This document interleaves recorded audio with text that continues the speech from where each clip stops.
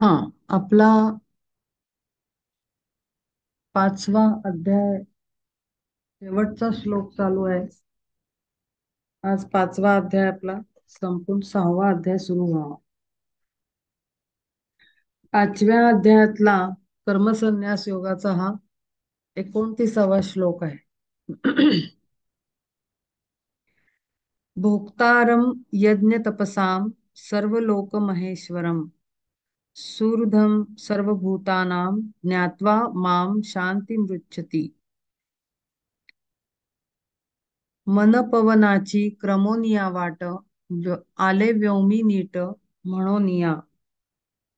व्योम म्हणजे आकाश. पार्था ते देहीच ब्रह्मत्व पावले ऐसे सांगितले मागे तुझ. यमनियमांचे दुर्घट डोंगर निर्धारे सत्वर ओलांडुनी.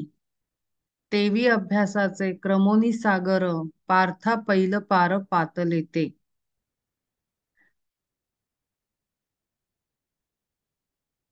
आता यमनियमांचे दुर्घट डोंगर का म्हटलं आहे? यम नियम हे पतंजली योगसूत्रातल्या अष्टांग योगाचे सगळ्यात पहिले स्टेप्स आहेत, यम आणि नियम. तर त्याला दुर्घट डोंगर असा एवढा कठीण शब्द वापरला आहे. याचं कारण असं की आणि नियम हे काही गोष्टी करायच्या आणि काही गोष्टी टाळायच्या आणि करायच्या नाहीत, किंवा संयम आणायचा, नियमाने वागायचं, अशा टाईपचे ते 10 पॉइंट्स आहेत. तर ते दुर्घट डोंगर ह्याच्यासाठी म्हटलं आहे की ते ना बॅलन्स करणं खूप अवघड आहे. म्हणजे मागे आपण ह्याच्यावर केलेलं आहे, यम नियमांचा आपला अभ्यास झालेला आहे. तर दुसऱ्यांना इंजुरियस बिहेवियर ठेवायचं नाही. आणि लव्हिंग लव्हिंग काइंडनेसनी जगायचं. आता आपल्याला असं वाटतं की लव्हिंग काइंडनेस म्हणजे गोड बोलायचं, प्रेमाने वागायचं. पण एवढंच नाहीये त्याचे. जेव्हा आपण यमनियमांचा अभ्यास सुरू करतो, म्हणजे जेव्हा साधनेला सुरुवात होते, सिरियस साधना, म्हणजे अगदी सगळं तुमचं प्रापंचिक जीवन एक साईडला ते चालूच राहतं. ते एखाद्या फॅक्टरी सारखं आहे. फिजिकल आपलं मटेरियल लाईफ जे आहे, जे आपण रोजचं जगतो, प्रापंचिक मटेरियल म्हणजे प्रापंचिक. प्रापंचिक जीवन जे परिवाराबरोबर समाजाबरोबर घालवतो, त्याच्यासाठी ना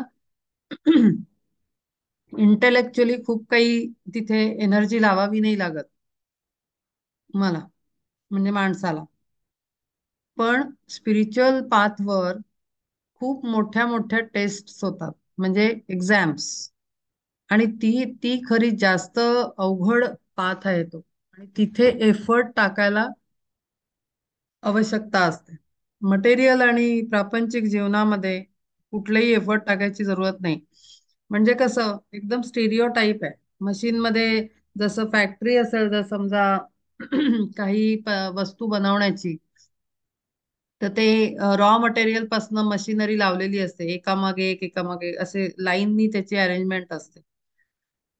तर तो एकेकातनं प्रॉडक्ट पुढे पुढे पुढे पुढे डेव्हलपमेंट होत होत होत त्याची फायनली लास्ट मशीन मधनं मॅन्युफॅक्चर्ड कम्प्लीट प्रॉडक्ट सेलेबल असं बाहेर पडतं. आणि मग पॅकेजिंग होतं त्याचं, बल्क पॅकेजिंग, आणि डिलिव्हरी कस्टमरला जाते.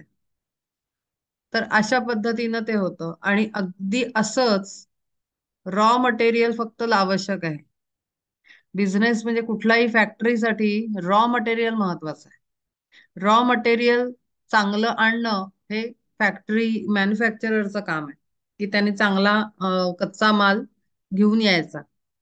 तो माल व्यवस्थित आहे की नाही इथपर्यंत काळजी घ्यायची, आणि पुढे सगळं मेकॅनिकल वर्क आहे, जे आपोआप सगळं होत जातं आणि फायनल प्रोडक्ट निघतं.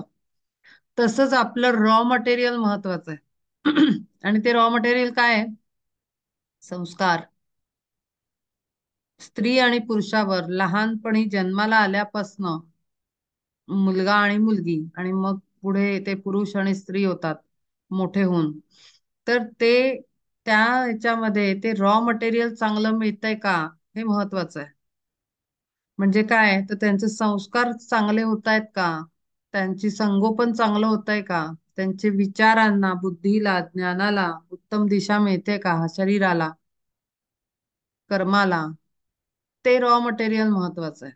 आणि मग तिथून पुढे, एकदा मी मागे सांगितलं होतं की सायकोलॉजीच्या अभ्यासात हे दिलेलं आहे की सोशल एज असतं आणि सोसायटी पण एक काही काही ठरवत असते. तुम्ही पर्टिक्युलर एजचे झाले, ग्रॅज्युएशन झालं की लगेचच गावातल्या थोड्या वयस्कर बायका, सिटीतल्या किंवा ओळखणाऱ्या, लग्नाचं कधी असं अगदी विचारतात.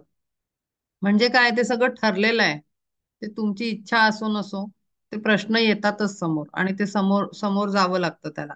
तर ते स्टिरिओ टाईप आहे आणि ते मेकॅनिकल आहे लाईफ. त्याच्यामध्ये असं खूप काही एफर्ट टाकावे लागत नाहीत. त्याच्यामध्ये कसं म्हणजे ह्या पद्धतीनं जगलं तर जास्त सोपं आहे उलट, की जसं होईल तसं प्रेझेंट मध्ये जगायचं. लग्नाचं समोर आलं, लग्न होणार असेल तर जमेल, नाहीतर राहिलं थोड्या दिवसांनी जमेल, नाहीतर राहणार असेल तर राहीलच या जन्मात. इतकं सिस्टमॅटिकली गेलं तर ते स्मूथ आहे लाईफ. त्याच्यामध्ये खूप काही अक्कल म्हणा, एफर्ट म्हणा, बुद्धी म्हणा, अभ्यास म्हणा, कशाचीच आवश्यकता नाहीये. टेक्निकली मी सांगते, पण माणसं तिथेच एनर्जी सगळी घालवतात. पण स्पिरिच्युअल पाथवर फार बेसिक पासनं एफर्ट, प्रत्येक स्टेपवर तुम्हाला एफर्ट टाकावा लागतो. आणि तिथे हर एक म्हणजे एक एक पद्धतीचा अभ्यास झाला की त्याचं तुम्हाला वरूनच, परब्रह्माकडनंच टेस्ट येते तुमची, जशी एक्झाम मध्ये असते तशी. म्हणजे आपल्या शिक्षणात असते तशी, एक्झाम मध्ये नाही, शिक्षणामध्ये. की तुम्हाला एक सिलेबस शिकवला की लगेचच तुमची युनिट टेस्ट होते, मग काय वार्षिक येते, मग 6 महिने येते. तसं अगदी त्याच पद्धतीनं या युनिव्हर्सचं सिस्टम बसलेला आहे. जसं आपल्या जीवनात शाळा अभ्यासक्रमात आहे, तो आपल्याला, आपण जे जे शिकतो जीवनामध्ये त्याच्यावर लगेच एक टेस्ट टाकतो. आणि त्या टेस्ट असतात ते आपल्या जीवनात येणाऱ्या वेगवेगळे अनुभव. असं ते गुंफलेलं आहे. आध्यात्मिक जीवन आणि आपलं प्रापंचिक जीवन, मटेरियल लाईफ, हे असं अगदी असं ते वेणी जशी घालतात ना, 3 पेड करून, तसं ते वेणी गुंफल्यासारखं ते छान पद्धतीनं त्या परब्रह्माने केलेलं आहे हे सगळं. आणि त्यामुळे तिथे येणाऱ्या अडचणी या इकडच्या डेव्हलपमेंटच्या टेस्ट असतात. पण सगळा गुंता होतो ते अज्ञानामुळे, माणसाच्या. म्हणून म्हटलंय ना की अज्ञानामुळे अंधकार पसरतो आणि तेच एखादा चांगला विचारांचा जर प्रकाश आला तर जीवन उजळून जातं. ते ह्यासाठीच म्हणतात. तर स्पिरिच्युअल पाथवर आपल्याला टेस्ट येतात. मग काय, त्याला आपण अडचणी म्हणतो. मग कोणी कोणी लोक म्हणतात आम्हाला फार अडचण येत आली जीवनात, फार वाईट दिवस काढले. पण खरं म्हणजे त्या सगळ्या प्रोसेसमध्ये अडचणी येतात. कोणी कधी माणसांच्या स्वरूपात येतात, कधी आर्थिक स्वरूपात येतात, कधी शारीरिक अडचणींच्या, रोगांच्या स्वरूपात येतात, किंवा सामाजिक येतात, कशाही येतील. तर ह्या अडचणींमध्ये सोलची अपग्रेडेशन म्हणतो ना आपण, ते होत असतं. म्हणजे एक सर्टन सिच्युएशनला फेस केल्यानंतर एक आपल्याला हे कळत नाही, हे वर्णन नाही, मी हे खूप आतलं डीपर मिनिंग सांगतेय आणि ते ऍक्च्युअल काय घडतं ते सांगतेय. की जेव्हा जेव्हा आपण संकटाला सामोरे जातो, तेव्हा तेव्हा आपल्या सोलचे, इव्हन आपल्या कुंडलिनीमध्ये एक एक लेयर्स आहेत. आता हे वरचं नॉलेज कोणालाच माहिती नाही, कुठेही लिहिलेलं नाहीये, पण हे आहे. आणि जेव्हा आपण एखाद्या सिच्युएशनला फेस करतो, त्यातनं जातो, त्यातनं बाहेर निघतो, मग त्याचं काळ कितीही असो, महिने, दिवस, वर्ष, काहीही असो, पण आपला त्यातला एक हे खुलतो, आपल्या आत्म्याचा एक अंग ओपन होतं. आता एवढं जेव्हा कळेल तर माणसाला कदाचित चांगलं वाटेल की चला ठीक आहे, म्हणजे काही नुकसान नाहीये आपलं. पण तसं होत नाही ज्ञान नसल्यामुळे. आणि हे सामान्यांपर्यंत नेण्याला काही प्रॉब्लेम नाही आहे, पण त्याचे मिसअंडरस्टँडिंगच होऊ शकतात, म्हणून ते नेलेलं नाहीये. इतकं डीपर अर्थ त्याचे लोकांपर्यंत पोहोचवणं म्हणजे काही उपयोग नाहीये त्याचा, व्यर्थ आहे ते. त्यामुळे जे अभ्यासाला बसतील त्यांना सांगणं सही आहे ते. तर ह्या पद्धतीनं आपली कुंडलिनी पण ओपन अप होत असते. म्हणजे कुंडलिनी हा शब्द फक्त जागृत झाल्यानंतर ती अशी वर चढते आणि मग खूप काय काय काय काय लिहिलेलं आहे इंटरनेटवर. त्याचा जीवनाशी काही संबंध नाही. ते उगीचच लोक काहीतरी म्हणजे अति लिहितात. म्हणजे मीही वाचलेलं आहे आणि म्हणून मी सांगते. पण आपल्या या छोट्या छोट्या अनुभवातनं सुद्धा कुंडलिनी जागृत होत असते आणि जागृत होत असते आणि शिवाय त्याचे डायमेन्शन्स चेंज होत असतात आतमधनं. म्हणजे एक एक लेयर ओपन होतो. कारण का? त्याचं कारणही सांगते की जेव्हा आपण संकटाला समोर जातो तेव्हा आपल्यातलं कुठलं तरी एक उत्तम गुण कसाला लागलेला असतो आणि तो गुण त्याच्यावर चांगला तावून सुलाखून निघाल्यानंतर ते एक सोन्यासारखं एक काय म्हणतो आपण चिन्ह सुंदरस आपल्या व्यक्तिमत्वाला लागतं. कोणामध्ये धारिष्ट्य येतं, कोणामध्ये बोलण्याची शक्ती वाढते.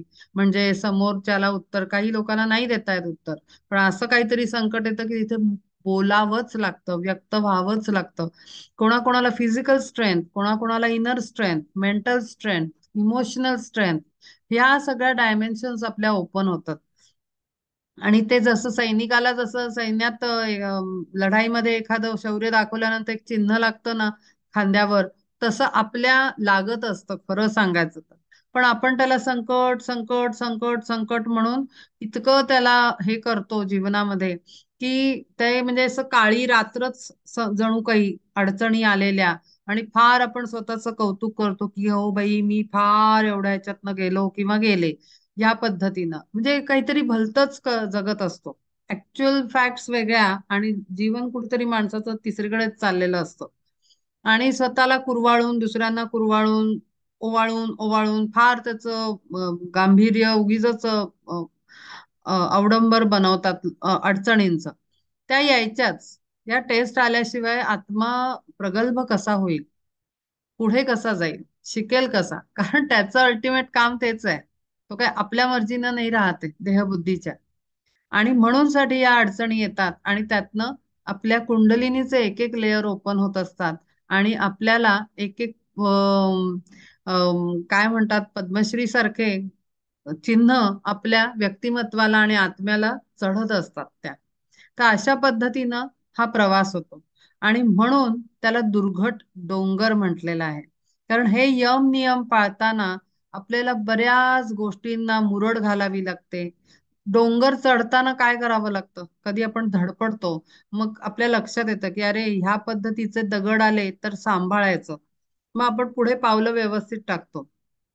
कधी कधी एक जागा ओलांडून पलीकडे जायला डोंगर चढताना जे ट्रेकिंग करतात तिथे बरीच स्किल्स डेव्हलप होतात. एक साधा ट्रेक केला दिवसभराचा तरी त्याच्यात आपल्याला काहीतरी नवीन शिकलेलं असतो. आपण चालायचं कसं यातलं टेक्निक, चढायचं कसं, चालायचं कसं, बॅलन्स कसा करायचा, उन्हापासनं कसं सांभाळायचं, वाऱ्याला कसं फेस करायचं, किंवा तिथे झाडं वगैरे असतात, कीटक असतात, त्यांच्यापासनं बचाव कसा करायचा. तर आपल्याला खूप काहीतरी शिकायला मिळतं. म्हणजे इतकं नवनवीन गोष्टी आपल्या समोर येतात आणि आपला आत्मा प्रगल्भ होतो. ते ज्ञान त्याला संपादन होतं. असेच दुर्घट डोंगर आपण परिस्थितीच्या रूपानं पार करत असतो आणि मग एक कॉन्फिडन्स येत जातो. आणि म्हणून ज्याला जास्त अडचणी येतात त्याचं व्यक्तिमत्व, पहिलं व्यक्तिमत्व खूप वेगळं असतं आणि अनेक वर्षानंतरचं त्या व्यक्तीचं व्यक्तिमत्व फार वेगळं असतं. कारण ते सगळं कॉलरला आपले त्यांनी खांद्यावर चिन्ह लावत लावत लावत तो बदलून गेलेला आहे आणि त्याचं व्यक्तिमत्व बदलून जातं, उजाळून जातं. ते कधी कधी अहंकाराने उजळलेलं असतं, कधी कधी भक्तीनं आणि श्रद्धेनं आणि समर्पणानं उजळलेलं असतं. दोन प्रकार आहेत. तर ह्या पद्धतीनं आहे म्हणून ते यम नियमाचे दुर्घट डोंगर असं म्हटलेलं आहे. यमनियमांचे दुर्घट डोंगर निर्धारे सत्वर ओलांडुनी. मग ह्या यमनियमांना पाळताना अनेक अडचणी येतात. कारण म्हणजे कसं आता गोड बोलायचं, मग गोड बोलायचं म्हणजे नुसतं तोंडानेच लव्हिंग काइंडनेस नाही. तो विचारांमध्ये पाहिजे, तो मनामध्ये पाहिजे, तो फिलिंग्स मध्ये पाहिजे. म्हणजे भावभावनांमध्ये पण तो पाहिजे. मग दुसऱ्याच्या बद्दल विचार करताना पाहिजे. तर असे त्याचे अलग अलग अलग अलग पुन्हा जसं आपल्या मागे मी सांगितलंय की ट्रूथ हॅज मेनी लेयर्स, म्हणजे सत्याला अनेक पैलू आहेत. तसंच यमनियमांच्या ह्या पाच पाच ची जोडी आहे, त्यांना सुद्धा ना डीपर मिनिंग्स आहेत. जसं जसं आपण एक एक एक एक लेअरवर काम करतो, आपल्याला त्यातलं मास्टरी आली की मग त्याच्या पुढच्या लेअरवर काम करावं लागतं. म्हणजे कसं होतं माहितीये का, यमनियमावर काम करत असताना टेक्निकली मी सांगते की वरनं साफ केलं की खालनं परत कचरा वर येतो, पुन्हा आपल्याला वर कचरा दिसतो. म्हणजे का का कसा कसा दिसेल हा कचरा? तर विवेकामुळे. विवेक बुद्धी निर्माण झाल्यामुळे आपल्याला तुरंत आपल्याला कळतं की अरे, आज आपल्याला या व्यक्तीबद्दल मनात असा विचार आला, हा विचार नाही यायला पाहिजे. हा अवेअरनेस जो आहे, ही डिसर्नमेंट जी आहे विवेकाची, डिस्क्रिमिनेटिव्ह माइंड फॅकल्टी आहे, ती असल्यामुळे आपल्याला ते लेअर खालनं कचरा वर आलेला लगेचच दिसतो डोळ्यांना. मग परत ते काढायचं, मग पुन्हा आणखीन खालचा आणखीन खालचा, असं करत करत आपलं पूर्ण जे आत्म्याचं भांड आहे ते कचरा साफ होत होत होत त्याचं डीपर लेवलवर प्युरिफिकेशन होतं. आणि म्हणून सुद्धा याला दुर्घट डोंगर म्हटलेलं आहे. कारण ही वाटचाल म्हणावी तितकी सोपी नाही. तिथे एफर्ट्स लागतात, अवेअरनेस लागतो, डिसर्नमेंट लागते. डिसर्नमेंट म्हणजे विवेक, अवेअरनेस म्हणजे लक्ष पाहिजे तुमचं की आपल्यामध्ये काय बदल येत आहेत, काय काय होतंय, काय मनात येतंय, कोणाला काय बोलावं वाटतंय. नुसतं मनातच नाही तर आपल्या डोळ्यातही दिसतंय भाव. कधी कधी आपण म्हणतो ना, असं काय बघतोयस माझ्याकडे, असं म्हणतो ना समोरच्याला. तर ते मनातले विचार त्यांनी व्यक्त केलेले नसतात, ओठापर्यंत आलेले नसतात, पण ते डोळ्यातनं बाहेर पडतात. तर म्हणजे पहा, आपले सेन्सरी ऑर्गन्सही बोलतात भावभावनांना. तर म्हणून हे दुर्घट डोंगर म्हटलेलं आहे. दुर्घट डोंगर निर्धारे सत्वर ओलांडुनी. एवढं सगळं ओलांडून गेल्यानंतर तेवी अभ्यासाचे क्रमोनी सागर पार्था पैल पार पातले ते. अभ्यास करून त्यांनी एवढा मोठा महासागर पार करून ते पुढे आलेले आहेत, ज्यांच्याबद्दल हे वर्णन होत आहे. योगी जे आहेत, जे साधक आहेत एवढ्या पट्टीचे तयारीचे, त्यांच्याबद्दल हे वर्णन. घेतले तयांनी प्रपंचाचे माप करोनी निर्लेप आपणासी. प्रपंचाचं माप कसं उचललंय? तर निर्लेप होऊन. का? तर त्यांनी त्यांची एनर्जी, आत्ताच सांगितलं मी 5 मिनिटापूर्वी, की एनर्जी प्रपंचावर न लावता, तो मेकॅनिकली होणार आहे म्हणून त्यांनी आपली एनर्जी स्पिरिच्युअल डेव्हलपमेंटवर लागलेली आहे. म्हणजे आध्यात्मिक प्रगतीवर लावलेली आहे, आत्म्याच्या उन्नतीवर लावलेली आहे. आणि म्हणून ते प्रपंचात निर्लेप आहेत. म्हणजे त्याला कुठलंही येऊन अटॅच होणार नाही, चिपकणार नाही काही गोष्टी येऊन. का माया, मोह, ममता या सगळ्या ज्या भावना आहेत सगळ्या, किंवा या सगळ्या विकार आहेत, हे सगळे हे त्याला येऊन चिपकणार नाहीत, चिकटणार नाहीत अजिबातच. असं ते भांडा बनलेलं आहे, कारण त्यांनी सगळी एनर्जी इकडे घातलेली आहे. त्याच्यामध्ये तर बस एक काय म्हणतो आपण, फॉर्मॅलिटी, फॉर्मॅलिटी म्हणून जीवन चाललेलं आहे. हा, पण फॉर्मॅलिटी म्हणून हे गंमत आहे. म्हणूनच हे डोंगर हे फार खूप सुंदर वर्णन इथे केलेलं आहे. हा एक डोंगर हा शब्द अनेक गोष्टींना बोलतोय. म्हणजे मग आता इकडे मी जेव्हा सांगते की इकडे टेक्निकल मेकॅनिकल लाईफ आहे आणि एफर्ट इकडे टाकायचे, मग प्रपंचात राहताना मग अगदीच आपण असे रस नसल्यासारखे, काय वाटेल ते होऊ दे अशा टाईप मध्ये मग जगतो का? तर नाही.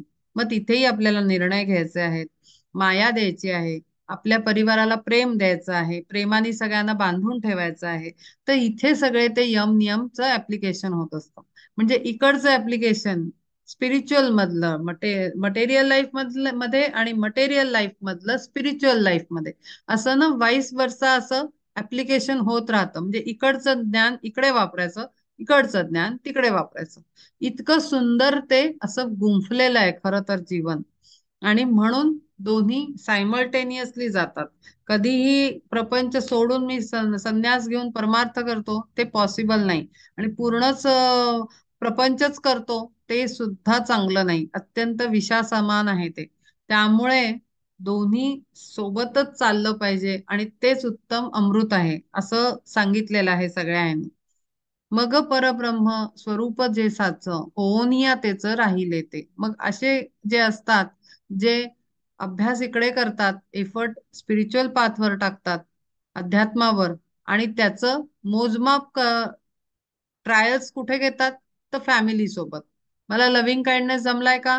ट्राय कुठे करणार? तर आहे, माझ्याकडे परिवार आहे, त्यांच्या बरोबर करेन. मित्रमंडळी आहेत, आपण कुठे जाऊन काम करतो ते लोक आहे, तिथला ग्रुप आहे, समाज आहे. मी माझी ट्रायल कुठेही घेऊ शकते, की मला कुठे जाऊन मला कन्फर्म करता येईल की हा बाबा, हा यम आणि नियम याच्यावर मी बऱ्यापैकी आता अभ्यास चांगला केलेला आहे आणि माझा काहीतरी कमांड आलेला आहे. हे आपल्याला नुसतं आध्यात्मिक जीवनामध्ये ट्रायल कुठे होणार? तर म्हणून तो समाज आणि प्रपंच दिलेला आहे. तर इतकं सुंदर जो जो वापरतो ना, तो अत्यंत सुखी होतो जीवनामध्ये. ह्या पद्धतीनं जगल्यामुळे ते परब्रह्म स्वरूप झालेले आहेत. त्यांना वेगळं आणखीन देहीच विदेही अवस्था अशी त्यांची आलेली आहे. म्हणून त्यांनी वर पहिल्या दुसऱ्या लाईनीत म्हणलंय, पार्था ते देहीचं ब्रह्मत्व पावले. ब्रह्माशी एकरूपत्व त्यांना आलेलं आहे. योग मार्गाचा हा सारांश उद्देश बोले ऋषिकेश पार्था लागी. या पद्धतीनं या योग मार्गाचं पालन करायचं आहे, ह्याचा सारांश म्हणजे थोडक्यात त्यांनी इन्फॉर्मेशन आणि हे पार्थाला दिलेली आहे. तेव्हाची तो भला म मर्मज्ञ कौंतेय पावला विस्मय अंतरात. मर्मज्ञ म्हणजे मुद्दाम जाणणारा. आता त्यांनी एक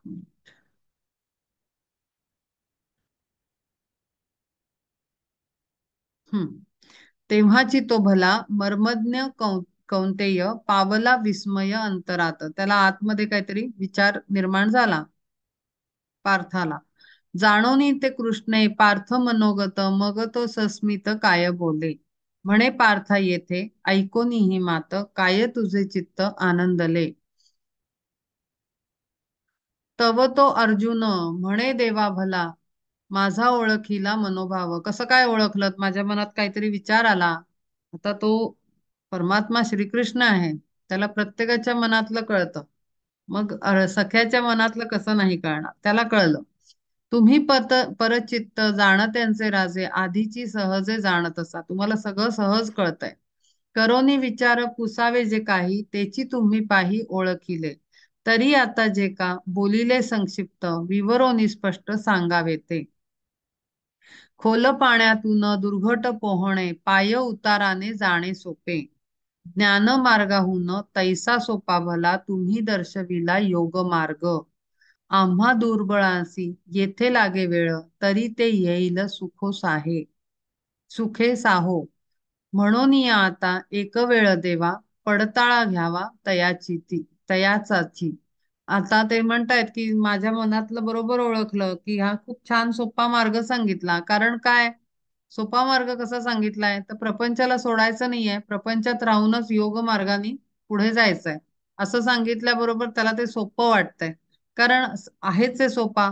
याचं कारण असं की तुम्हाला पडताळून बघायला कुठेतरी एक प्लॅटफॉर्म आहे फॅमिलीचा, की आपलं परफेक्शन येतंय की नाही, आपल्यात उन्नती होते की नाही, प्रगती होते की नाही, हे पडताळायला आपल्याला परिवार आहे, मित्र समाज आहे. त्यामुळे नुसतं ज्ञानमार्गाने काय होतं? अहंकार वाढत जातो. नुसतं ग्रंथामागे ग्रंथ, अभ्यासामागे अभ्यास करत करत करत करत, पण ते पडतेही सुद्धा वापरून बघावं लागतं. ज्ञान तुम्ही नुसतं मिळवून चालत नाही. जसं म्हणतात ना की डिग्री घेतो आपण, मग लगेच नोकरी करून बघावी लागते. नाहीतर जे काही ज्ञान मिळवलंय 5 वर्ष, त्याचा उपयोग होत नाही. काही नुसतं पुस्तकी ज्ञान होतं ते ते आपल्याला इंडस्ट्रीमध्ये जाऊन काम करावं लागतं. आणि तसं इथे ज्ञानमार्गामधनं संपादन केलेलं ज्ञान वापरून बघण्यासाठी इंडस्ट्री नाही, समाज नाही, फॅमिली नाही. त्यामुळे तिथे कसं होणार, त्या प्रगती कशी होणार, आणि कितपत तयारी झाली की नाही. आणि सगळाच मार्ग कठीण आहे, कारण तो एकांगी आहे. आणि योग मार्गामध्ये त्यांनी अशा पद्धतीनं कर्मसन्यास शिकवल्यामुळे कर्म करायचंय पण संन्यासी वृत्तीनं करायचंय असं सांगून ते सोपं वाटतंय त्याला. आणि म्हणून ते म्हणतायत की आम्हा दुर्बळांसी, ज्यांच्यामध्ये इतकं बळ नाहीये अध्यात्म करण्याचं आणि परमात्म्याला समजून घ्यायचं, यांच्या लागी हा चांगला वाटतोय हा मार्ग, योग मार्ग जो आहे तो. म्हणून म्हणून या आता एक वेळ देवा, पडताळा घ्यावा तयाचाची. पडताळा म्हणजे अनुवाद करावा, म्हणजे अजून पुन्हा एकदा सारांश पद्धतीनं अध्यायाच्या शेवटाला तुम्ही एकदा सांगावं. विस्तरेल तरी विवरोनी येथ, सांगावा साध्यंत मज प्रती. मग योगेश्वर बोलती गा पार्था, मार्ग हा सर्वथा आवडला. तरी सांगावया न वेचे का काही, सुखे बोलो देई अवधान. उत्कंठेने घेसी ऐकोनी चांग, आणि जरी मग आचरिसी. तरी सांगितल्या विण कैसे राहू, मागे पुढे पाहू काय तेथे. श्रीहरी आधीच कृपाळू अत्यंत, त्यात भेटे भक्त आवडता. तो म्हणतो छान, चांगला आहे, तुला हा मार्ग आवडला, तर मी सांगतो तुला कसं करायचं आणि काय करायचं. पुन्हा एकदा आपण त्याचा सारांश बघूया. श्रीहरी आधीच कृपाळू अत्यंत, त्यात भेटे भक्त आवडता. मग प्रेमभाव बहरता त्याची, अद्भुतता साची कोण जाणे. कृपादृष्टीचे त्या किती कैसे कोण, करील वर्णन यथार्थत्वे. किती कृपाळू आहे तो परमात्मा श्रीकृष्ण, आणि त्याच्यामध्ये असा जर भक्त भेटला, आवडता तो सुद्धा, आणि प्रश्न विचारणारा, क्युरियस आहे तो, जाणून घ्यायची इच्छा आहे त्याला, आणि ज्ञान संपादन करण्याची आतुरता आहे. त्यामुळे त्याला आनंद होत आहे की आता मी ह्याला सगळं सांगतो. कृपादृष्टीचे त्या किती कैसे कोण, करील वर्णन यथार्थत्वे. आपल्याला कॉलेजमध्ये जेव्हा शिकवत, म्हणजे आता टीचिंग लाईन मध्ये आपण असतो, त्यांना अनुभव असेल की चांगला स्टुडंट आला की मला खूप आनंद व्हायचा, की ज्याला शिकायचं असायचं. तर त्यामुळे कॉलेजमध्ये जे स्टुडंट टाइमपास करायला यायचे, ते त्यांच्याबरोबर काम करताना मजा नाही यायची. पण तेच जर क्युरियस आणि एफर्ट्स टाकणारे हार्डवर्किंग स्टुडंट आले की मग मजा येते त्यांच्याबरोबर काम करायला. तसा हा त्याला स्टुडंट सापडलेला आहे, मिळालेला आहे श्रीहरीना. त्यामुळे त्यांना तर आवडतच आहे त्यांना मार्गदर्शन करायला. कृपादृष्टीचे त्या किती कैसे कोण, करील वर्णन यथार्थत्वे. कारुण्य रसाची वृष्टीच तिसाची, सृष्टीच स्नेहाची अभिनव, किंवा अमृताची म्हणोती ओतली, पिओनी मातली पार्थ प्रेम. मग तया प्रेमी राहिली गुंतोन, म्हणून तेथून निघू नेणे. असो बडबड करावी ही किती, कथेची संगती सोडोनिया. कृष्णार्जुन प्रेम वर्णाया यथार्थ, वाचा असमर्थ सर्वथाती. नेण्याची तो नेण्याची जो माप, आपुले आपण ईश्वरा त्या कोण कैसा जाणे. म्हणून ते प्रेम साच शब्दातीत, विस्मय तो येथ काय असे. पूर्व अभिप्राय पाहुनिया गमे, देव पार्थ प्रेमे मुग्ध झाला.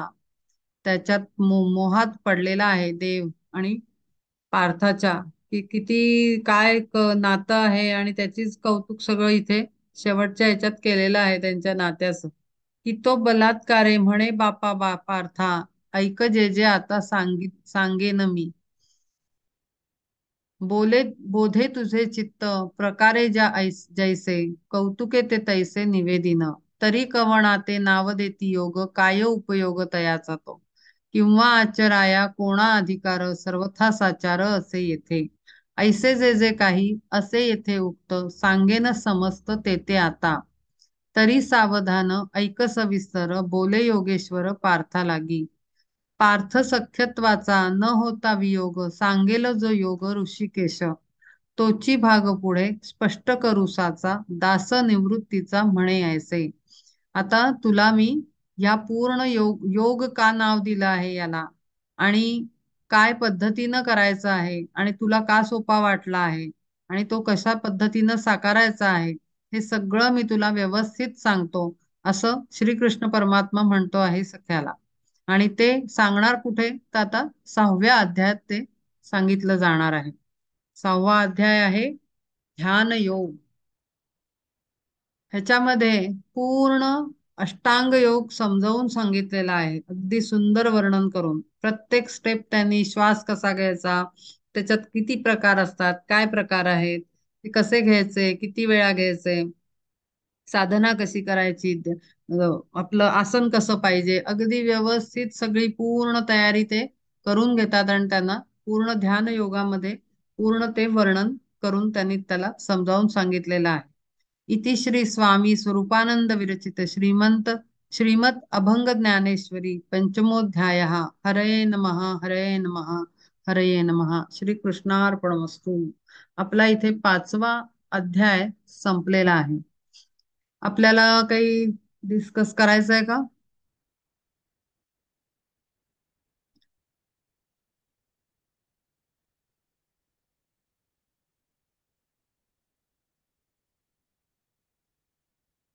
कोणाला काही क्वेरीज आहेत का? मला मनापासून ग्रॅटिट्यूड फील करायचं आहे. सुरुवातीपासून तुम्ही जे एक्सप्लेनेशन दिलं त्याच्यासाठी खूप मनापासून धन्यवाद. खूप थँक्यू. वेगळं, कारण क्लॅरिटी आली आणि काही काही आयुष्यातले पण प्रसंग किंवा जे 60-70च्या वरचे सिनियर हम्म. सिटीजन्स जे जवळून मी बघतेय की आयुष्य पूर्ण अतिशय झोकून देऊन काम केलेलं आणि खूप मोठं कार्य उभं केलेलं असे सुद्धा.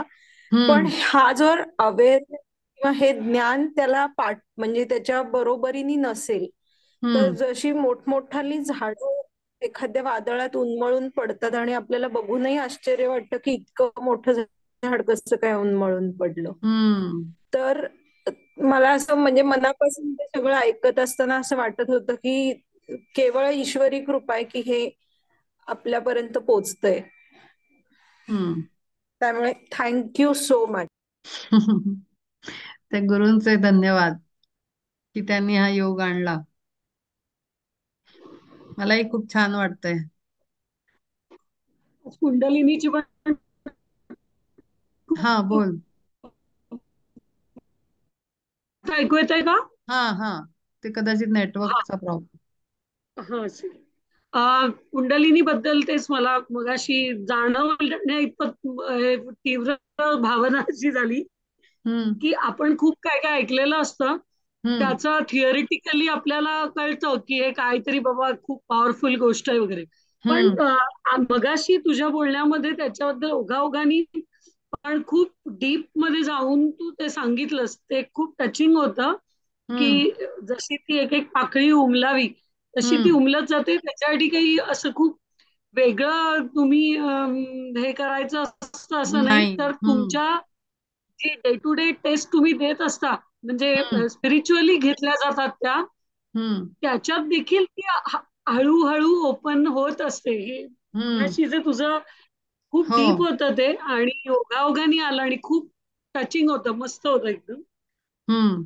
म्हणजे एक इन्साइट मी मिळाली. हा मी पण क्युरिओसिटी पर्पजने काही वर्षांपूर्वी खूप वाचलं होतं, कारण जेव्हा मला काही काही अनुभव यायला लागले तर ऑब्विसली काय होतंय नक्की हे समजून घेण्यासाठी, जसं आपण डॉक्टरकडे जातो आणि त्याला विचारतो नक्की काय होतंय मला, तसं मला झालं होतं. मला कोणी सांगायला नव्हतं त्यावेळेला आणि काहीच मार्ग नव्हता, कारण गुरु खूप दूर होते आणि काय काय बरंच व्हायला लागलं.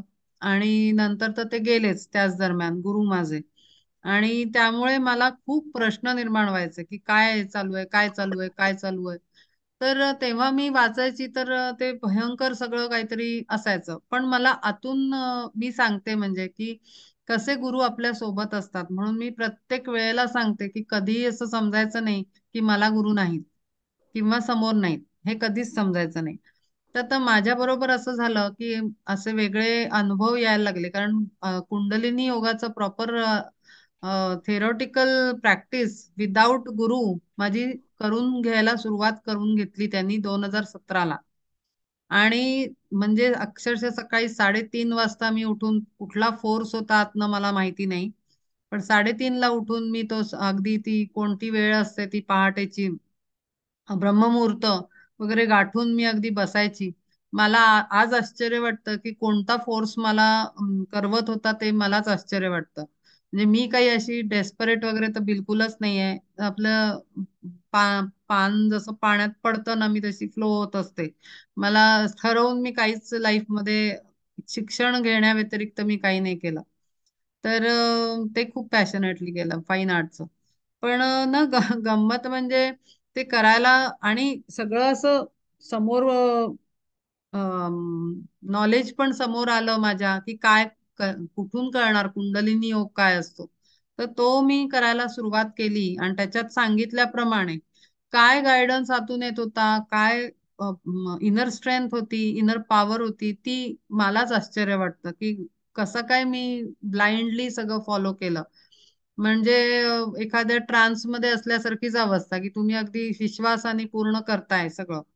आणि करायला लागल्यानंतर त्या व्हायब्रेशन्स सगळ्या शरीरामध्ये असं पूर्ण झम झम झम झम अख्खा दिवसभर माझं ते काहीतरी चाललेलं असायचं आतून. आणि एकीकडे आत्ताच मी म्हंटल त्याप्रमाणे माझं शरीर मेकॅनिकली माझं जीवन प्रापंचिक चालू होतं. मुलगी तिचं हे गाणं गायला लावणं, तिला हे करणं, स्वयंपाक करणं, सगळं मग नोकरी विक्री सगळं चालू होतं. एकीकडे profession, family life, social life सगळं चालू होतं. पण एकीकडे दुसऱ्या साईडला हे पण चालू होतं. बरं गंमत अशी आहे की त्या सगळ्या गोष्टी ना आपोआप होत जातात. तर त्यामुळे मी सर्च करत गेले. सर्च केलं तर मला खूप चुकीचं काय काय काय काय काय काय वाचायला मिळालं. पण मग जेव्हा वाचलं तेव्हा मी घाबरले नाही.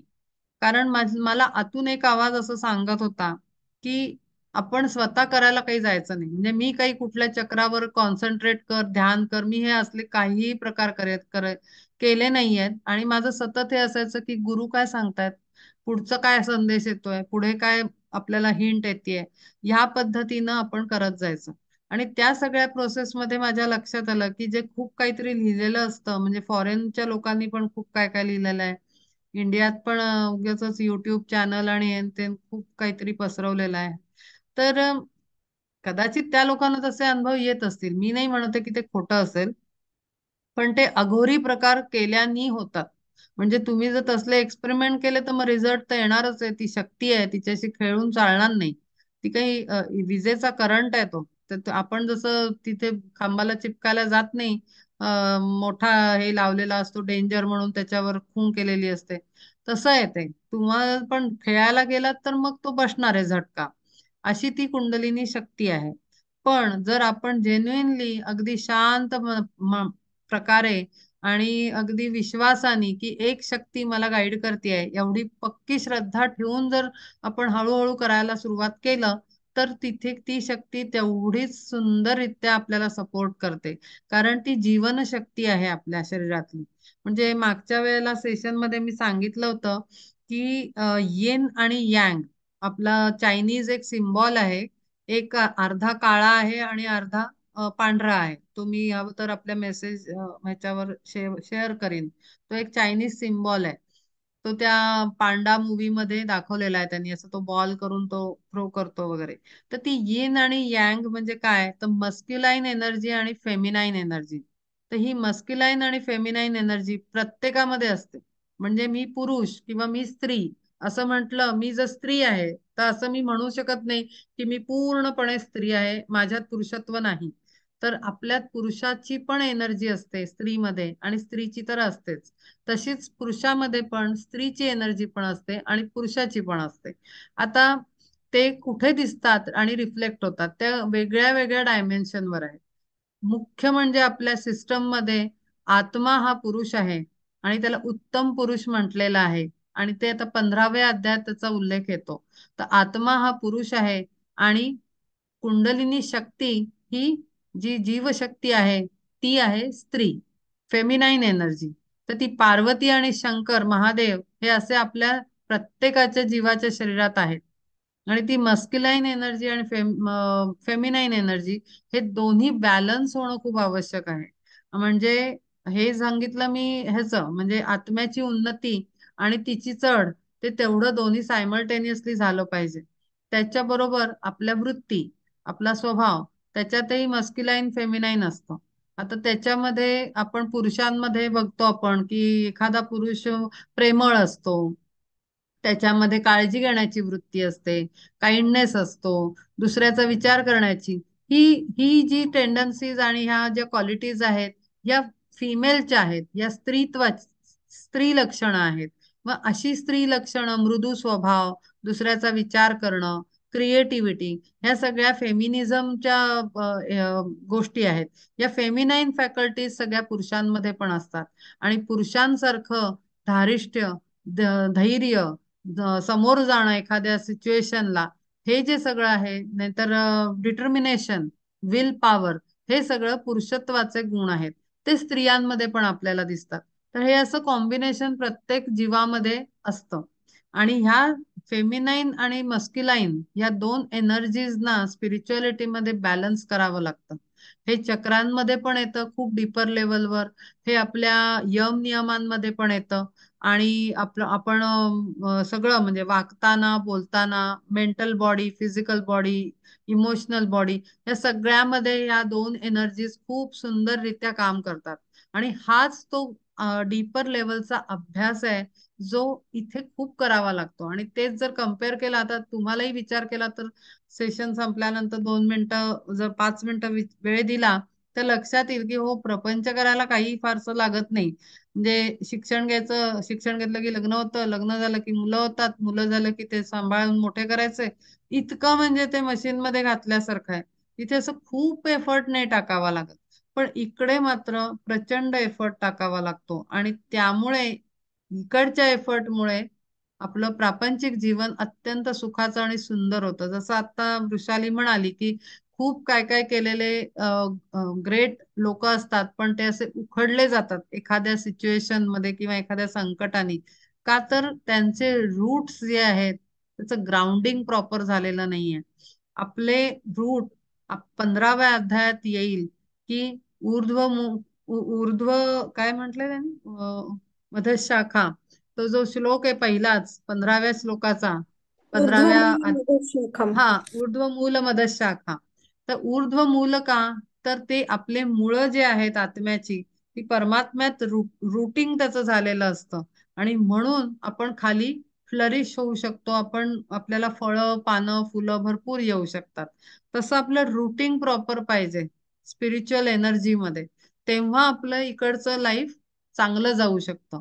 तर हा इतका सगळा म्हणजे त्याच्यात आतमधला खरा तर अर्थ आहे, म्हणजे या सगळ्या भगवद्गीतेचा. आणि म्हणून हिला डायरेक्ट वेदांचं वेद म्हणून सुद्धा उल्लेख केलेला आहे. कारण या अख्ख्या 18 अध्यायात त्यांनी प्रचंड ज्ञान दिलेलं आहे, जे आपल्याला वेद वाचून सुद्धा एक एक पार्ट मधनं सुद्धा कळणार नाही. एक एकच अंग कळेल, पण ह्याच्यात त्यांनी सगळंच सांगितलंय. आणि म्हणून भगवद्गीता खूप पॉवरफुल आहे आणि खूप मॅजिकल आहे. जो जेव्हा आपण असा अभ्यास करतो त्याचा थरली आणि प्रॉपर तरीक्याने, तिथे सगळे रेफरन्सेस आपण लावतो ना, की फक्त प्रपंचात कसं वापरायचं, हा काही आपला पर्पज नाहीये. पहिले त्याला समजून घ्यायचंय आणि मग त्याला ऍप्लिकेशन तिकडे करायचं. आपल्याला प्लॅटफॉर्म आहे प्रपंचाचा, म्हणून इकडचं ज्ञान घ्यायचं, तिकडे अप्लाय करायचं, इकडचं ज्ञान घ्यायचं, तिकडे अप्लाय करायचं. ही जर सायकल असेल तर ती सुंदररित्या जीवन अत्यंत उच्च कोटीचं जातं मग ते जीवन. आणि म्हणून मी हे सगळं शेअर केलं आता. आणि कुंडलिनीचं जे तू म्हणालीस, तर ते खरंच आहे. आपल्या कुंडलिनीमध्ये काही लेयर्स आहेत, काही नंबर ऑफ लेयर्स आहेत, 49 लेयर्स. आणि ते ओपन व्हायला अनेक जन्म जातात, म्हणजे अक्षरशः. आणि ते ओपन होण्यासाठी ह्या अशा एक्सपिरियन्सेसची खूप आवश्यकता आहे लाईफमध्ये. आणि म्हणूनही कदाचित संत सगळे सांगतात की प्रपंच करा आणि प्रपंच करून परमार्थ करा. प्रपंच विवेक आणि परमार्थ विवेक जो गोंदवलेकर महाराजांनी सांगितलाय, तो ह्याचसाठी सांगितलाय. इकडे म्हणा मी रामाचा आहे आणि प्रपंच रामाचा आहे, म्हणजे कसं करते पण येत नाही, आपण आपलं भक्ती आणि आपली स्पिरिच्युअल डेव्हलपमेंट करत राहतो. तर अशा पद्धतीनं हे सगळं आहे. मग आता अजून काही बोलायचं आहे का? 6वा अध्याय सुरू करायचा का? हो, चालेल. चालेल ना. हो. शेअर करते. लीनाताई, बोल ना. मला एक शंका विचारायची आहे बोल बोल.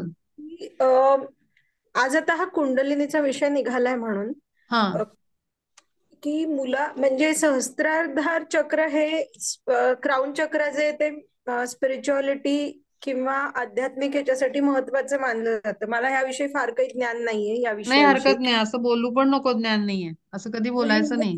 मला खूप क्युरिओसिटी पण आहे आणि हा, नाही बोल ना, मग हवं तर आपण आता ह्याच्यावरच डिस्कस करू, कारण चांगलं आहे ते.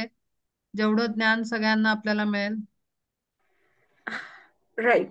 तर मला शंका अशी विचारायची आहे की एक परिचित आहेत आमचे, जे स्वतःही साधक आहेत आणि NLP सर्टिफाईड ट्रेनर आहेत. तर मी एक सेशन घेते मदर्स आणि चिल्ड्रन ह्यांच्या होलिस्टिक डेव्हलपमेंटच्या हा दृष्टीने. तर हा. त्याच्यात मध्ये मध्ये आम्ही कधी कधी मेडिटेशन सेशन्स पण ठेवत असतो. हम्म तर त्याच्या बोलण्यात परवा असं आलं होतं की he is not working upon spiritual aspect of anybody. He hmm is working upon psychology only, physical and psychological aspect. हम्म मग त्याच्यामध्ये त्याचं जे चक्रांच्या रिलेटेडचं जे मेडिटेशन आहे त्याच्यात सुद्धा त्यांनी खूप कॉन्फिडेंटली मला सांगितलं, कारण मी हा प्रश्न त्याला विचारला होता की when they you you talk about chakras, how come it is not related to spirituality. Hmm तर त्याचं जे एक्सप्लेनेशन होतं ते मला थोडं म्हणजे मलाही असं वाटलं की अरे हा, या दृष्टीने आपण कधी विचार नाही केला. तर कसं की त्याचं म्हणणं पडलं की क्राऊन चक्रापर्यंतची जी आपली चक्र आहे ती आपल्या वेगवेगळ्या फिजिकल, मेंटल, इमोशनल आस्पेक्ट्सना डील करणारी आहेत. हम्म. बरोबर आहे. आणि त्याच्यामुळे तो म्हणजे वरच्या चक्रावर कधीच तो काम करत नाही, कारण त्याला ती क्लॅरिटी आहे की ही जी सगळी चक्र आहेत त्याच्यावर ती ज्या पद्धतीने आपल्या फिजिकल, मेंटल, इमोशनल गोष्टींशी निगडीत आहेत किंवा जोडलेली आहेत. त्यामुळे तो फक्त त्याच्यापुरतं लिमिटेडच जे काय मेडिटेशन पीस असेल किंवा जे काय सबकॉन्शियस माइंडच्या माध्यमातून त्या त्या गोष्टींवर काम करणं जे असेल ते तो करतो.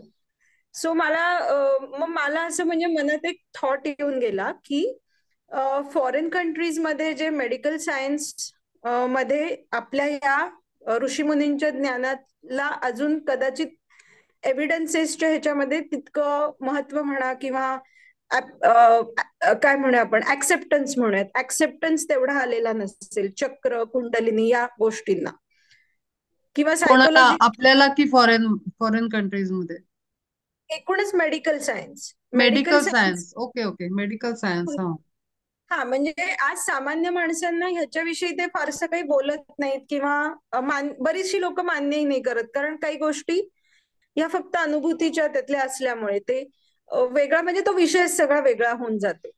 पण जेव्हा आपण पाच कोशांच्या विषयी पण बोलतो, अन्नमय हम्म कोश, प्राणमय, मनोमय, हम्म आणि आनंदमय कोश, तर जर आपण शरीराच्या रिलेटेड सगळ्या गोष्टी या आनंदमय कोशात येतात. म्हणजे हम्म तुमचं डाएट, तुमचा एक्सरसाइज, तुमचं हम्म रेस्ट, विश्रांती, हे सगळं अन्नमय कोशामध्ये असतं. हम्म ते आपण जितक्या क्वालिटीनी करतो तितका आपल्या प्राणमय, मनोमय कोशावर त्याचा चांगला इम्पॅक्ट येतो. हम्म त्याचा उपयोग आपल्याला, म्हणजे ते सगळं इतकं इंटरलिंक्ड आहे एकमेकाशी की हम्म त्याचा तुमच्या ऑटोमॅटिकली साधनेमध्ये म्हणा किंवा आध्यात्मिक ह्याच्यामध्ये, आनंदमय कोशाच्या ह्याच्यामध्ये पण परिणाम होतो. तर हम्म जर हे फिजिकल लेवलला आपण बघतोय आणि जर चक्र is something which is undoubtedly part of your body, हम्म. तर ते पण मग फिजिकल, मेंटल, इमोशनल लेवललाच येतं का, जर आपण क्राऊन चक्र सोडून इतर चक्रांवरती काम करत असू तर? हो, ऍक्च्युली ते तू म्हणतेस की ते ते कधी क्राऊन पर्यंत जात नाहीत. हा पहिली इन्फॉर्मेशन तू दिलीस. हा, म्हणजे ते बरोबर. क्राऊन चक्राच्या वेळेस आसनावरून उठतात हम्म तोपर्यंत ते आसनावर असतात, आणि हम्म क्राऊन चक्राच्या वेळेस त्यांनी deep down with full intensity divine एनर्जीला प्रेयर केलेली असते की it is all about in your hands only, so you take care of it. हो, कारण असं की अशी पण म्हणजे आता आपण ऐकतो वाचतो कुंडलिनी बद्दल, तर एकटं आपली आपली साधना करून मॅक्झिमम कुंडली थ्रोट पर्यंत जाऊ शकते. पण आज्ञाचक्रापासून तिचा प्रवास गुरुशिवाय होत नाही, ही पहिली गोष्ट. त्यामुळे ते ग्राउंड पर्यंत त्याला न्यायचं कोशिश करणार नाहीत, आणि त्यांना तो अधिकार नसेल हे त्यांना माहिती असेल, आणि म्हणूनही ते इथून वरचं काम करत नाहीत. कारण इथून जेव्हा वर जाते ना ती कुंडलिनी, तेव्हा ती, कारण इथे ती तिन्ही नाड्या एकत्र होतात. आत्ताच कालच्या याच्यात आपण वाचलं, इडा पिंगला सुषुम्ना एकरूप होतात इथे. बरं, इथे हे जे सेंटर आहे ते ब्रेनला कंट्रोल करतं. पिनल ग्लँड, पिच्युटरी ग्लँड ह्यांना कंट्रोल करतात हे अपर चक्रास. हम्म. इथे जर गडबड झाली, गुरूंच्या इंटरफिअरन्स शिवाय जर काही केलं, तर डायरेक्ट मेंटल ब्रेन फंक्शनिंग मध्ये डॅमेज होतो. आणि हम्म. हेच सांगितलेलं आहे इंटरनेटवर सगळ्या लोकांनी, की असं हम्म. होतं, तसं होतं, तसं होतं. पण पहिले तर ती इथून खालून वरपर्यंत चढायलाच अनेक जन्म जातील, खरं सांगायचं तर. तर हम्म. त्यामुळे म्हणून इतकं घाबरायचं नाही, आणि म्हणून ते चक्रल मेडिटेशन वगैरे शक्यतो करायला जाऊ नये हम्म. गुरूंशिवाय. म्हणजे पॉवरफुल गुरु, ते सुद्धा सद्गुरू म्हणतो आपण ते. म्हणजे हम्म. सद्गुरू म्हणजे ते सद्गुरू नाही, आपले हम्म. परम, आपले गुरु, हम्म. Spiritual teacher. तर म्हणून साठी ते कारण आपल्याला आपलं काहीच माहिती नाही, आपण सामान्य असतो, आपल्याला फक्त आत्ताच लाईफ कळतं. माहिती हम्म. नाहीये प्रिव्हियस इन्कार्नेशन्स मध्ये किती डेव्हलपमेंट झालेली आहे. हम्म. आणि जर एकटं करायला बसल्यानंतर अचानक जर काही चक्रल डेव्हलपमेंट झाल्या आणि जर काही चेंजेस आले, तर ते हँडल नाही करू शकत. कारण तू म्हणतेस त्याप्रमाणे प्रत्येक चक्राला, प्रत्येक बेसिक पासून क्राऊन पर्यंत हम्म. सगळ्या चक्राजना सायकोलॉजिकल फंक्शनिंग आहे, हम्म. स्पिरिच्युअल फंक्शनिंग आहे, नंतर फिजिकल फंक्शनिंग पण आहे. हे हम्म. 3 डायमेन्शन्स आहेत प्रत्येकाला. आणि प्रत्येक प्रत्येक चक्र त्या त्या लेवलवर ओपन अप होत जातं, किंवा हम्म. त्याच्यामध्ये कन्फ्लिक्ट येतात हम्म. फंक्शनिंग मध्ये. आणि तेव्हा आपल्याला जे फिजिकल एक्सपिरियन्स येतात ते त्याच्याप्रमाणे येतात. तर ह्या पद्धतीनं हे सगळं काम करतं. त्यामुळे ह्या सगळ्याचा अभ्यास असला पाहिजे. आणि तुझा प्रश्न काय होता, नंतर विचारला असतो? नाही म्हणजे मला म्हणजे थोडं ना या सगळ्याची भीती असते एक प्रकारे हम्म. मनात, because it is all about energy. And हम्म. आजकाल कलियुगामध्ये खरंच कळत नाही की कोण किती ह्याचं आहे आणि किती नाहीये. तर हम्म. जसं तू मगाशी म्हटलीस की गो विथ फ्लोच्याच प्रिन्सिपलनी बऱ्यापैकी म्हणजे आतला आवाज काय सांगतोय किंवा अंतःप्रेरणा हो. आपल्याला किती हे करते. तर त्या ह्याने आता, कारण की ते कसं 2 सेशन्स ही आपसूक झाली, म्हणजे आम्ही असं काही खूप ठरवून करतोय असं नाही, पण हम्म. ते हम्म. काहीतरी खरंच खूप सॉलिड आणि भन्नाट होतंय. हम्म. त्याचे रिझल्ट पण चांगले मिळत आहेत. हम्म. आणि म्हणजे इवन चेहऱ्यावरचं पण एक तेज असतं बघ. हम्म. हो. त्याच्या चेहऱ्यावरच्या तेजावरून सुद्धा आपल्याला कळतं की त्या व्यक्तीची एनर्जी लेवल हो. कशी आहे. हो. हो. तर हा, तर ते सुद्धा म्हणजे मी कधीतरी डिटेलमध्ये बोलेन तुझ्याशी की काय काय काय आमच्या ह्याच्यामध्ये आम्ही करत असतो वगैरे वगैरे. हम्म. हम्म. हम्म. पण मला ती शंका मनात होती की आता त्या सगळ्या बायकांना अजून इंटरेस्ट डेव्हलप झालाय आणि त्यांना आता थोडस अजून काही मेडिटेशन मध्ये वगैरे जाण्याची इच्छा आहे. तर हम्म. अ, कितपत ह्याच्यात म्हणजे हे केलं पाहिजे किंवा नाही. चक्रा मेडिटेशन असेल, आता एक त्याचं पंचकोशांवरचं मेडिटेशन आहे. हम्म. पहिल्यांदा जे घेतलं होतं ते पॉवर विदिन या थीम वरनं मेडिटेशन घेतलं होतं, ज्याचा त्यांना सगळ्यांना खूप विलक्षण अनुभव आला. सगळ्या हम्म. खूप हम्म. आनंदी होत्या त्याच्यानंतर. हे बघ, एक गोष्ट मी सांगते तुला एकदम क्लिअर, की ही मेडिटेशन्स करून अनुभव येतात. पण हम्म. वृषाली, त्याला सगळ्यात मोठा महत्वाचा पार्ट आहे जो सगळी दुनिया मिस करते, ते आहे कॅरेक्टर बिल्डिंग. हम्म. कॅरेक्टर बिल्डिंग म्हणजे यम आणि नियम. आणि हम्म. गाडी तिथेच जाऊन प्रत्येक साधकाची फसते. तर हम्म. म्हणून जरी कोणी असू दे, म्हणजे मला कुठल्याही प्रकारच्या मेडिटेशन प्रोसेसवर काहीच डाऊट नाहीये. कारण हम्म. जेव्हा तुम्ही एनर्जेटिकली त्या त्या पॉइंट्सना टच करता, एनर्जी सेंटर्सना, तुम्हाला रिझल्ट मिळणार आहे. कारण हम्म. They are living बिंग्स. हे जे हम्म. चक्रास आहेत ते लिव्हिंग बिंग्स आहेत, एंजेलिक हम्म. बिंग्स आहेत. ते त्या हम्म. इमिजिएट आपल्याला रिझल्ट देतात. आणि जो ग्लो म्हण किंवा काय म्हण, काय जे काही आतूनचं फिलिंग आहे, किंवा हम्म. हवेत उचलल्यासारखं वाटणं, बरेच काय काही आहेत, त्याच्याने सुद्धा माणसाला खूप छान. आणि बेसिकली ती जी ब्लिस वाली मोमेंट आहे, की जे आतून काहीतरी वेगळं वाटतं, हम्म. खूप शांत, आनंद आणि सुंदर वाटतं. आणि मग हम्म. त्याकडे मग मग इथेच आपल्याला कळतं की कसा आत्मा तेच करावं म्हणून मागे लागला. तुझ्या तुझ्या मैत्रिणी म्हणा किंवा जे कोण ग्रुप आहे, त्यांना ते छान वाटलं आणि त्यांना आता वाटतं अजून हवं, अजून हवं. हीच हम्म. खरी आत्म्याची ओळख आहे, की तिथेच हे तुला पटतंय, की म्हणजे तुझ्यासाठी एक एक्झाम्पल झालं, की याचा अर्थ आपण आत्मा आहोत हे दुसऱ्यांकडे बघून तुला इथे रजिस्टर होईल, की जेव्हा हम्म. माणसं मागतायत अजूनही, याचा अर्थ हम्म. ते सोल आहेत, हे खरं झालं. म्हणजे त्यांची हम्म. ओढ तिकडेच आहे. प्रत्येक आत्म्याची ओढ ही आध्यात्मिक उन्नतीकडेच असते आणि शिवाशी मिळण्याकडेच आहे. दुसरं काही त्यांना नकोय, पण हम्म. भटकलेला असतो. मला हे सांगायचं होतं की कुठलीही प्रोसेस असली मेडिटेशनची तरी ती तात्कालिक आणि छोट्या प्रमाणात त्याचे रिझल्ट्स राहतील. ते ते लॉंग टर्म बेसिसवर तुला जर रिझल्ट हवे असतील तर त्याच्या सोबत कॅरेक्टर बिल्डिंग पण तेवढंच करवलं पाहिजे. म्हणजे हम्म, 5 यम आणि नियम जे आहेत 10, हम्म, त्याच्यावरही सायमल्टेनियसली काम, म्हणजे तू जर च्या पद्धतीनं जर या गोष्टीनं सगळं बघत असशील तर मी हम्म, तुला इन्सिस्ट करीन की तू त्याच्याबरोबर एक प्रोग्राम कॅरेक्टर बिल्डिंगचा कंपल्सरी ठेवला पाहिजे. कारण हे बघ, चक्रांमध्ये आता कुठलंही चक्र घे, थ्रोट चक्र घे. थ्रोट हम्म, चक्र ऍक्टिव्ह झालं हम्म, आणि समजा ओपन अप झालं, ते म्हणजे कुंडलिनी तर दूरची बात आहे, ती एनर्जी जी वरून येते त्यांनी हम्म, सुद्धा हे ओपन होऊ शकतं. पण हे हम्म, ओपन झाल्यानंतर ह्याचं कार्य काय आहे की हम्म, बोलणं, एक्सप्रेशन. जर हम्म, इथे निगेटिव्ह एनर्जी प्रिव्हियस इन्कारनेशन्सची, करंट कंडिशन्सची जर स्टक असेल आतमध्ये, त्याचं प्युरिफिकेशन झालं नसेल, तर ते हम्म, ओपन झाल्यानंतर ते चुकीच्या ऍक्टिव्हिटीज मध्ये इन्व्हॉल्व्ह होतं. खोटं हम्म, बोलणं किंवा फसवणं किंवा वाईट बोलणं असं. तर प्रत्येक चक्र जे व्हायब्रेशन्स होत असतात तर त्याच्यामध्ये एनर्जी कोणती आहे त्याप्रमाणे रिॲक्ट करणार आहे. हम्म, हम्म, ठीक आहे.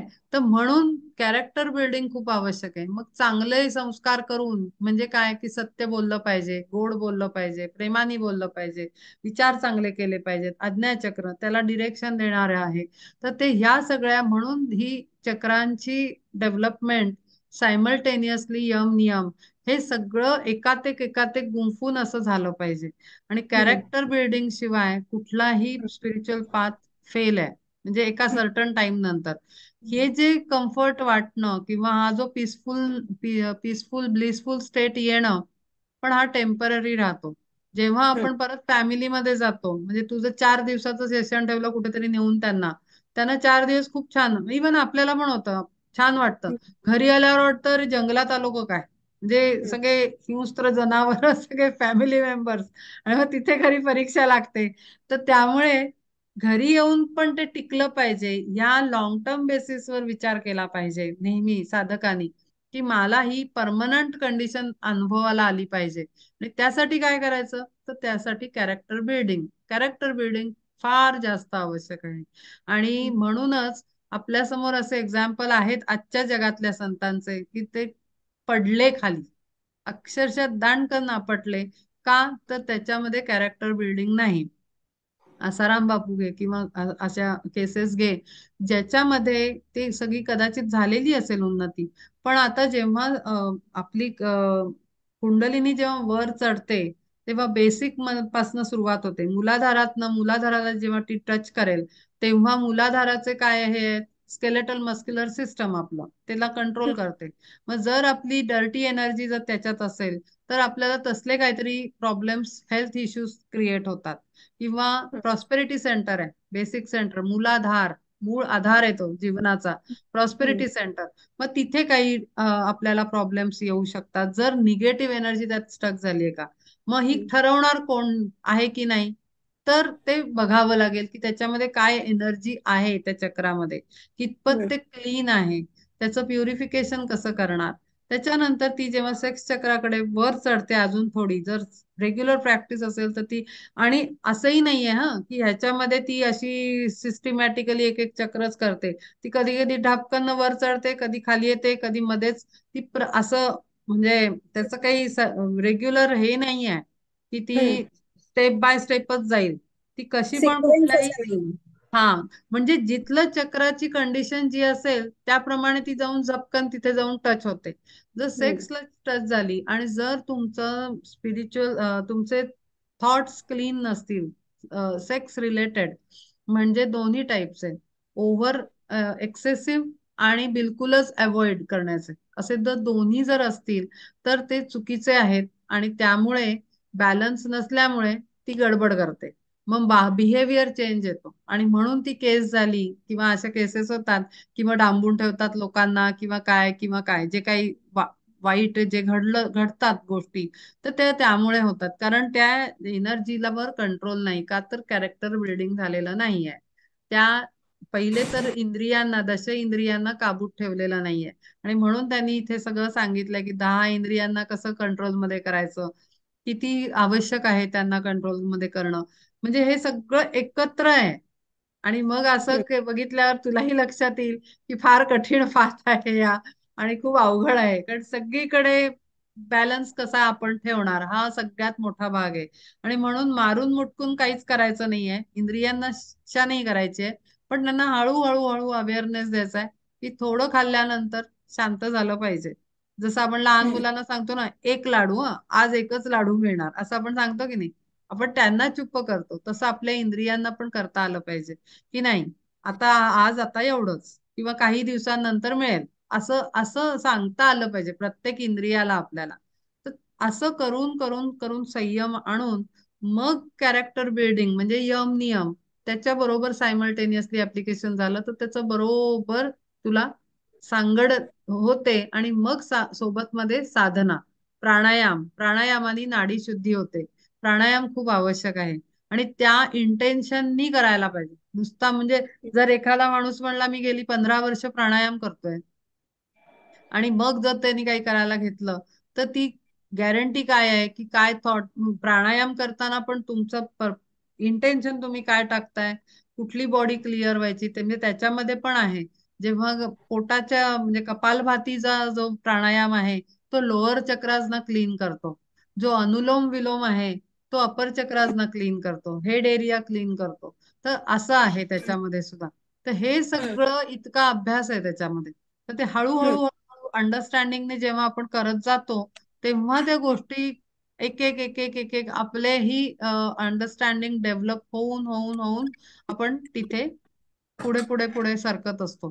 त्यामुळे शक्यतो तू स्वतः चक्र मेडिटेशन वगैरे करायला जाऊ नकोस. तू प्रोसेसनी जा असं माझं सजेशन आहे. बाकी तू बघ, म्हणजे मला नाही माहिती एक्झॅक्टली काय ऍक्टिव्हिटीज करतेस तू. आणि आता जे तू एक्सप्लेनेशन दिलं त्याच्यामध्ये असं कधी कोंबडी आधी का अंडा आधी त्याच्या टाईप होतं का कधी, म्हणजे कसं नाही, की नाही होत. असं आपल्याला वर्ण बघून वाटतंय. मी तेच म्हणलं कॉम्प्लिकेटेड आहे. वर्ण बघून वाटेल की अरे मी पहिले इंद्रियांना कंट्रोल करू का, मी पहिले प्राणायाम करू का, मी पहिले चक्र काय आहेत ती बघायला जाऊ. कशाला काही बघायला जायचं नाही. पहिले तर फ्लो मध्ये जगणं. मला आता ऍक्च्युली परवा तुझं काहीतरी ते शेअर केलं होतंस ना पेजेस, ते मी बघितले. आणि मला कुठेतरी असं वाटलं की एखाद दिवशी पण पुन्हा तेच की मी विचार केला की फ्लो मध्ये येईल तेव्हा आपोआपच तो गायडन्स तुम्हाला दिला जाईल. की एवढं सगळं वाचल्यानंतर आता 5 अध्याय आपण वाचले म्हणजे नक्की करायचं काय, पुन्हा क्वेश्चन मार्क कदाचित आतमध्ये असेल प्रत्येकाच्या, की नक्की करायचं काय, मग काय करायला सुरुवात करायची. तर काहीही असं काही खूप काही करायचं नाहीये आपल्याला. पहिले तर शांत राहायला शिकायचं. विचार आणि भावना याच्यावर बेसिक कंट्रोल, म्हणजे त्याला रेग्युलेशन म्हणतो आपण. तर ते आणणं म्हणजे नाही, माझे क्वेश्चन असं आहे हा की सी ओढून ताणून काहीच नाही, ठरवून हा पण काही नाही. कारण माझं ऍब्सल्युटली तुझ्यासारखं माझं सगळं चालू असतं की मी हम्म. खरंच ठरवी करत नाही, ते होत जातं आणि होत झाल्यावर जात. मला रिअलाइज होतं की अरे हम्म वा किती छान काहीतरी घडलं. आणि मी म्हणजे इवन या सेशन्स मध्ये पण कंटिन्युअसली माझं हे म्हणणं असतं की it is just happening through me, I am not doing anything. Hmm आणि which is a very much reality. I do experience that I am not doing it और I am not planning for it. Hmm so same with these kind of मतलब opportunities for those ladies, की hmm. असं होऊ शकतं का की कदाचित त्यांचं एक सर्टन लेवलचं काहीतरी क्लिन्झिंग झालं असेल हो ज्याच्यामुळे they are destined to get this opportunity. और एखाद्या फळाचं टेस्ट कसं आपण, अरे हे ते खाऊन तर बघा मग तुम्हाला आवडतंय की नाही. हो हो तर ती हो. एक पॉसिबिलिटी असू शकते ना, कारण हम्म. हे आम्ही ठरवलं नव्हतं, हे अपसूक झालं आणि झालं. आणि नाही, आता जे सुद्धा जे तसं आहे की बेसिक लेवलचं आहे करव ना तू, काहीच प्रॉब्लेम नाही आहे. कारण काय ही आवाज नाही सर्व्हिस येते आहे. तुझा. अ, आवाज मी नाही म्हणते येते तुझा, की बहुतेक म्यूट आहे का? नाही, म्यूट नाही आहे. आता येतोय का? नाही येते. तुझ्या साईडनं काहीतरी प्रॉब्लेम बाकी असेल. कोणाला येतोय का? हो येतोय, दोघींचा येतोय. हा येतोय ना.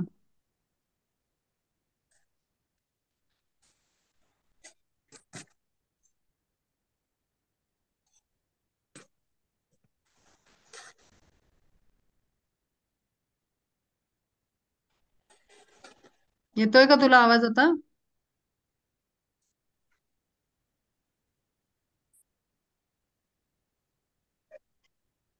तू आता उठली ना, काहीतरी हलवलंच नाही याचा अर्थ तू.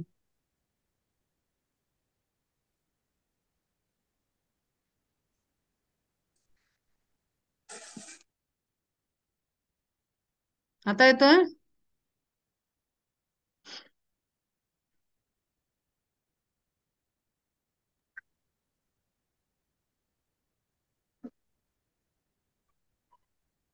येतोय का आवाज?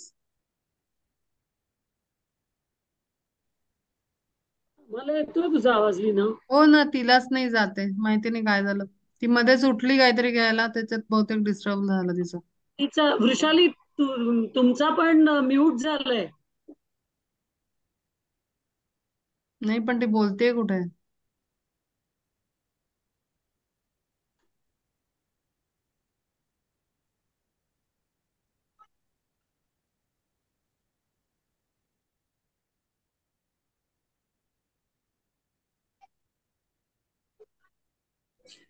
कदाचित माझ्याच ह्याच्यात काही प्रॉब्लेम असू शकतो, आता कारण येतोय का मला तुला आवाज? आता आला. हा, इतका वेळ तुला जात नव्हता, बाकी सगळ्यांना जातोय. ओके. हा, मी म्हणते की तू जे करतेस ना ती सर्व्हिसच आहे. तू अरेंज जर करते लोकांसाठी तर तू करत राहा, तुला आपोआपच गायडन्स येईल. आणि हम्म. ते जे करवतायत ना त्याच्यात घाबरण्यासारखं काही नाही आहे, कारण ते स्वतःच प्रिकॉशन घेत आहेत. जे सर तुम्हाला करवतायत तर त्यांना माहिती आहे त्यांची रिस्पॉन्सिबिलिटी काय आहे, त्यामुळे तुला टेन्शन घ्यायची जरूरत नाही आहे. ते ओके. त्यांचा जॉब व्यवस्थित करतायत तर तू अरेंज कर. चांगली गोष्ट आहे ही, तू लोकांसाठी काहीतरी करतेयस आणि तुला ओके. आपोआपच याच्यामध्ये मार्ग मिळत जाईल, गायडन्स येत जाईल, गोष्टी ओके. जमतील बरोबर. कारण ओके. काय कुठे घेऊन जाणार आहे हा जर्नी तुला, ते तुलाही नाही ना माहिती. बरोबर. त्यामुळे जसं गायडन्स येईल तसं कर. आता जे चालू आहे त्याच्यात घाबरण्यासारखं काही नाही. पहिले तर घाबरणं बंद कर, म्हणजे विचार असं ठेवूच नकोस. कारण हम्म. एकदम असं काहीच होत नाही. ठीक आहे. हम्म. आणि आपोआप म्हणजे दुसऱ्यांचं करवतेस म्हणून घाबरायला होत असेल तर तेही घाबरू नकोस, कारण त्या सरांना अंडरस्टँडिंग चांगलं आहे. तेव्हाच ते हम्म. उठून जातात त्या सीटवरनं. तू म्हणतेस की ते उठतात आणि ते काही जे काय करत असतील ते, तर म्हणजे त्यांनाही कळतंय. कारण जेव्हा हे असे लोक बसतात ना शिकवायला, त्यांना त्यांचे लिमिटेशन्स म्हणा किंवा काय, हे सगळं माहिती असतं. हम्म. तर त्यांना हे सगळं माहिती असतं, त्यामुळे तू टेन्शन नको घेऊस. तू अरेंज ऑर्गनायझर आहेस तर तू ऑर्गनाईज कर. हम्म. ओके. ओके. हा. बर, मी प्लीज रजा घेतली तर चालेल, कारण मुलं आली आहेत आता हो 5चं हो, सेशन. चालेल चालेल.